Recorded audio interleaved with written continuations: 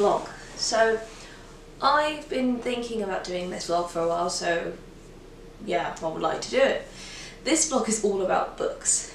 Now I'm going to just talk a bit about like my experience of reading, what I did to become a speed reader, because that's what I class myself as, and I'm going to talk about a few books that changed my way I've thought quite a lot, and books I would recommend people to read, even if it is out of your comfort zone as such.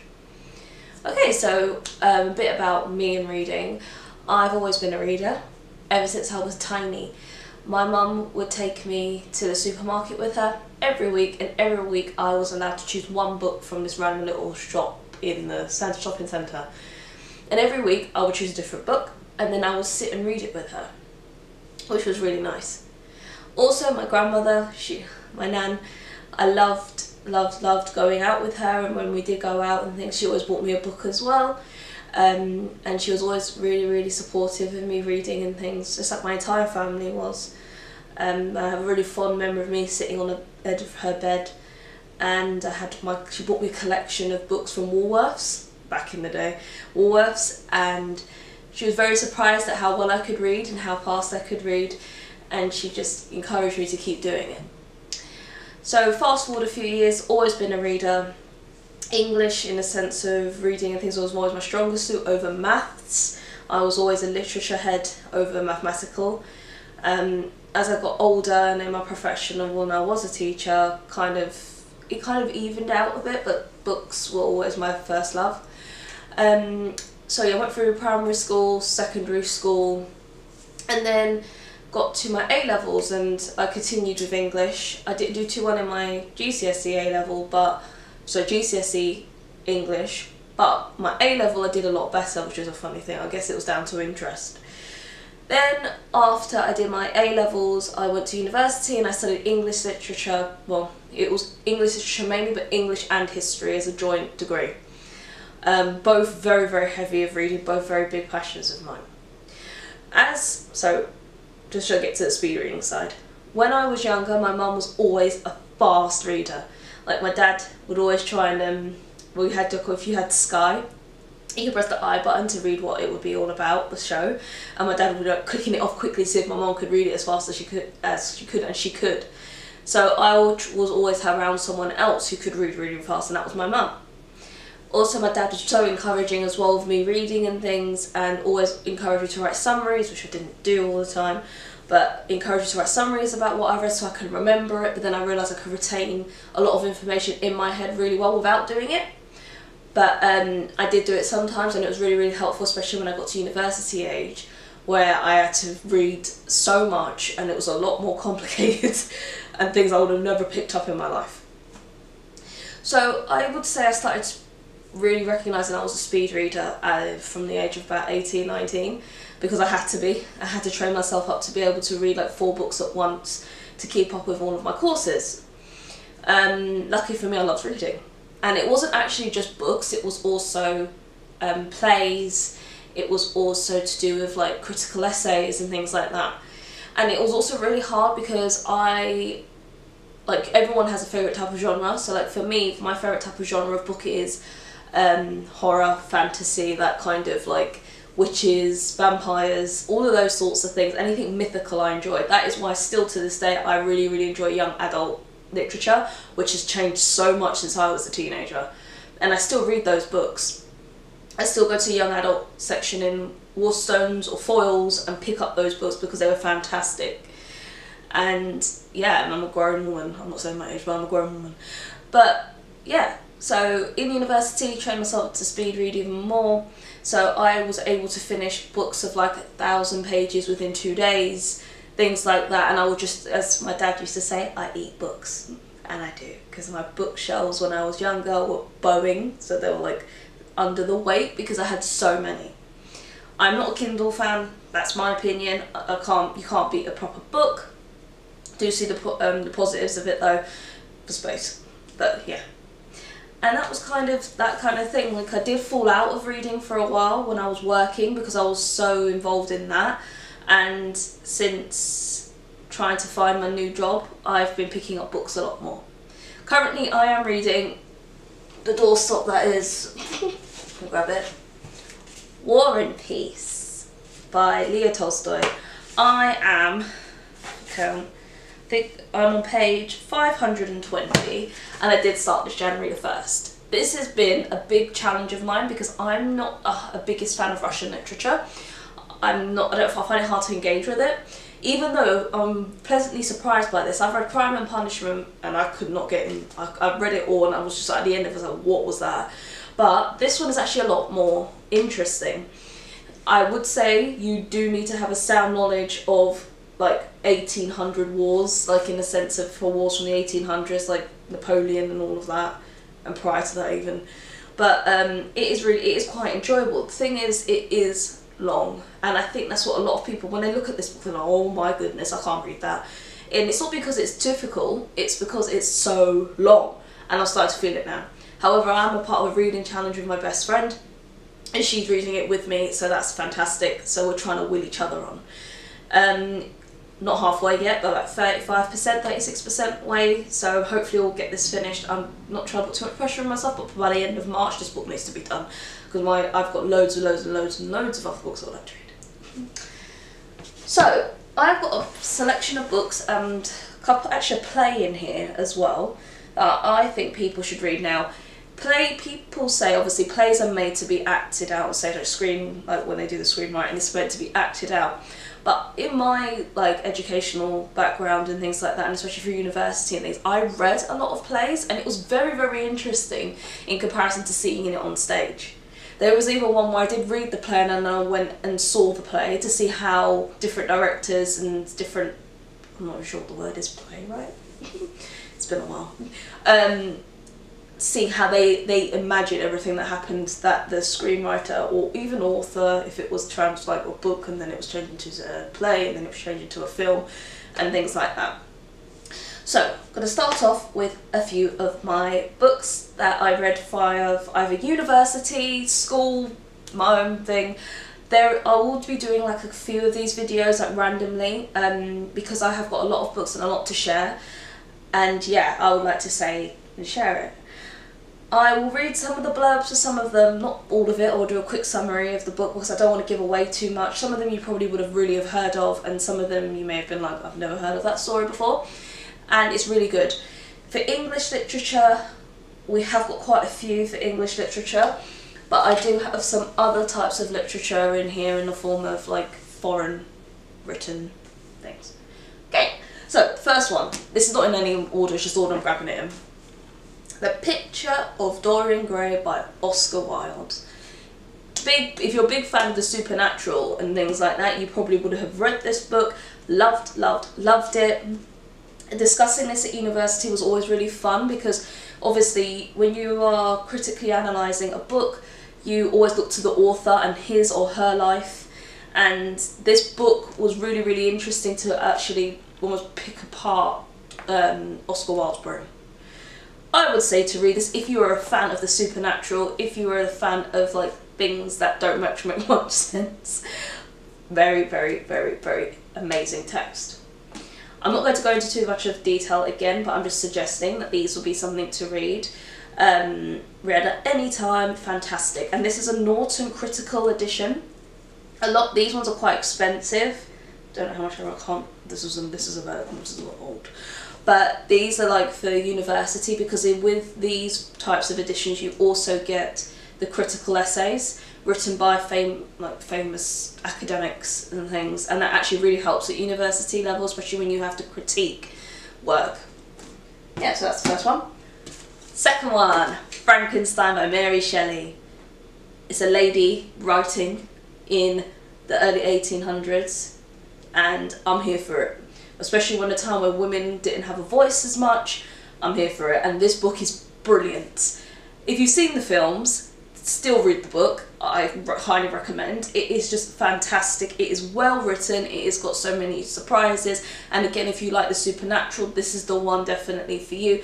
Even though I say it's supernatural, I feel it's, because of the time period it was written in, it is quite gothic, and I did use this in my dissertation, while I was analysing the Victorians' fascination with the supernatural and linking it to texts as well as like things about the occult, which the Victorians really were into.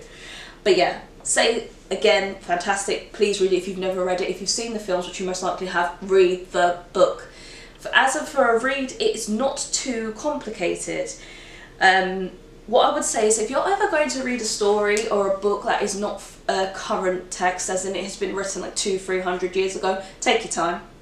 And as bad as it sounds, and my university lecturers will probably like shout at me if I said this, if they heard me now, Spark Notes is your best friend. Any type of summary, you don't want something that's going to give it away, but if you do get confused, use the notes in the book, go online and make sure like you're very specific because you don't want to ruin the story for you. I'm not going to lie, for War and Peace, because there's so many historical references, even though I do class myself as a history buff in certain cases, I don't know everything and I need to research. So yeah, Frankenstein. Next, Romeo and Juliet. This copy, funny, oh by the way, sorry, that one's a Norton Critical Edition as well. This is not actually mine. I stole this from my uncle when he finished his GCSEs, and he's about 7-8 years older than me, and he was going to use it and I wanted it. So Romeo and Juliet, if you're going to read a Shakespearean play, I suggest you read that. It's an easier, it's not, actually it's not, Shakespearean language isn't easy, but it is one of the ones that you could probably engage with a lot more, especially if you're a hopeless romantic. It is like this, so you've got like, hopefully I'm not too close to the camera, plays, like the play obviously you've got like the script, and then you've got like words that you would. And we're back. I'm still trying to figure out how I use my Canon. I use a lot for photography, but for videoing this is brand new. Okay, next one is, now forgive my pronunciation of this, yeah, it's called Oronoco. I cannot pronounce the name. There was a big debate at university when we were reading this about how to pronounce this. It is a really short text. It's a lovely short text. Like, it's easily digestible. I think it's less than 100 pages, because I'm looking back now and all I'm seeing is notes. Looking back, looking at all my notes. 77 pages. It is a real easy read.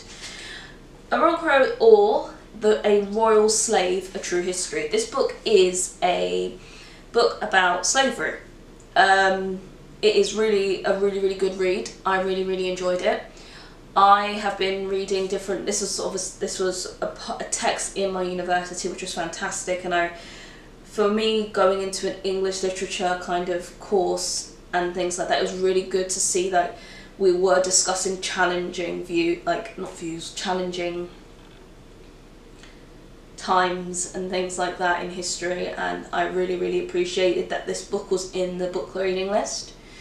The quote at the back of this, this is a Penguin classic, and we know Penguin classics love a good quote. "We are bought and sold like apes or monkeys, to be the sport of women, fools and cowards, and the support of rogues." This book is basically about a prince whose grandfather hates him, and his grandfather sells him into slavery. And then it's all about that. The author is Afra Ben, and it was based, so I'm just going to read the last paragraph. This new edition of Oronoco is based on the first printed version of 1688 and includes a chronology, further reading and notes. In her introduction, Janet Todd examines Afra Ben's views of slavery, colonisation and politics, and her position as a professional woman writer in the Restoration. Fantastic read. I don't want to go any further. It is really good to read. Okay, next, Jane Eyre. Love this edition. This was a gift from one of my best friends. This is a Penguin Classics, a different type of Penguin Classic book. Jane Eyre, fantastic. This book is a really good love story, but there's also a lot more to it. I read this book about 4 times. I read it twice at school, and then I read it again at university. Every time I've reread this book, there's something different, there's something else that comes out. The last time I read this book, and it was a big discussion, it was the depiction of one of the characters who was actually mixed race. which when I read this book, I was like, oh my gosh, it's such a lovely love story, which it is. But there is also a lot more behind it. I don't want to give too much away, but I would say to look at this from an enjoyable lens, obviously, but also there's a lot more to it. If you haven't read Jane Eyre, it is a fantastic book. It's quite a long one, but really, really good. Really enjoyable, quite easy to read as well. It's not as complicated as, say, Romeo and Juliet, or even Roncono, because that was obviously 1688, so that's quite a far text back. And for me, I've studied books from like I studied not even book like Beowulf, which was not written down, it was an oral story passed through generations before it was written. The oldest book I've kind of translated as such, because in my A-levels I had to, was the Canterbury Tales, The Wife of Bath. I had to translate the whole of that part into terms that I could understand, and it was a requirement by my teacher. Like every lesson I would have had to have had a part of it done. I had like a dictionary that was for quite like Middle English, Old English. That was obviously when language was being created, like what we speak today. There was a lot to do with other European languages being involved, like German, sometimes even a bit of French, things like that. So yeah, but this isn't as complicated as all of that. Next, Pride and Prejudice by Jane Austen. My best friend is an Austen buff, and we both love her. Loved her a bit less after I read a bit about her life, but again, that's an opinion of mine. But fantastic book, good old love story. Bit complicated if you're not used to the language, but I would say it's really, really good. And as I always said, if there's a film, read the book first, then watch the film, and then things will become a lot clearer, and you can say you still read it. Really, really nice. And again, this is another Penguin edition, which is beautiful. I actually don't think I've read Pride and Prejudice from this one. I read it in school, but I think I just bought this edition because I like the look of it and I've read it, so I just wanted one for my shelf. Okay. Right, so now we're getting into a bit more current literature, and we've got the amazing man that is Stephen King, The Shining. I loved this book. It scared me, it freaked me out. I haven't honestly read any. I read Doctor Sleep, half of that actually. I haven't read anything any further, because Stephen King is the type of person that will keep you up at night, and if you hear the wind blow against, or you hear something rattle, you think there's a demon in your room or something. So, but this is absolutely brilliant, and I've got a quick story. If any of my friends who are watching this who was on this English course with me, you'll probably remember this. This was a book for Gothic literature course that we studied, and with the texts, we sometimes watch the films after we've read the books. So our lecturers like, come to your next lecture, bring some snacks, bring a blanket, we're gonna whack it up on the big screen in the lecture hall, and we're gonna have a 2-hour session of watching the film. So we're all like, great, we were told to start reading it a month before, but we've kind of all got a bit of an inkling, so we're like, we're ready, we're gonna get freaked out because this book was fantastic and it scared us.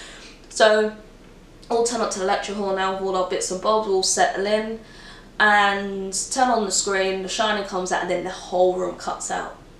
Now in our lecture hall, it was in a really old building, like a building from the 1700s, so that was the first issue, like all of us were like looking at each other like, what is going on?